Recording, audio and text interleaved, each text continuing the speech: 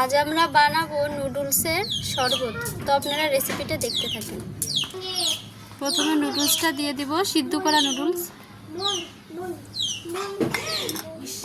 আমরা একটু দিয়ে নিব কালো গোলমরিচের গুঁড়া।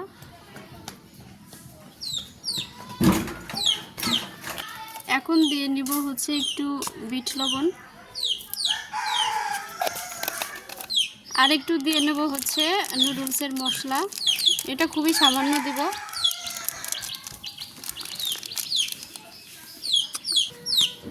এখন দিয়ে নিব পানি।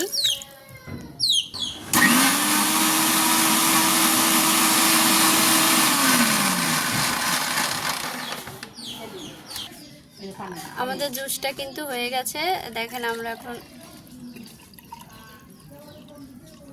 মাশাআল্লাহ, আমরা কিন্তু ভিতরে একটু আস্ত রেখেছি, সেটা পরবর্তীতে এভাবে দিয়ে দিচ্ছি। এখন কিন্তু আমরা এই বরফের টুকরাগুলো দিয়ে দিব।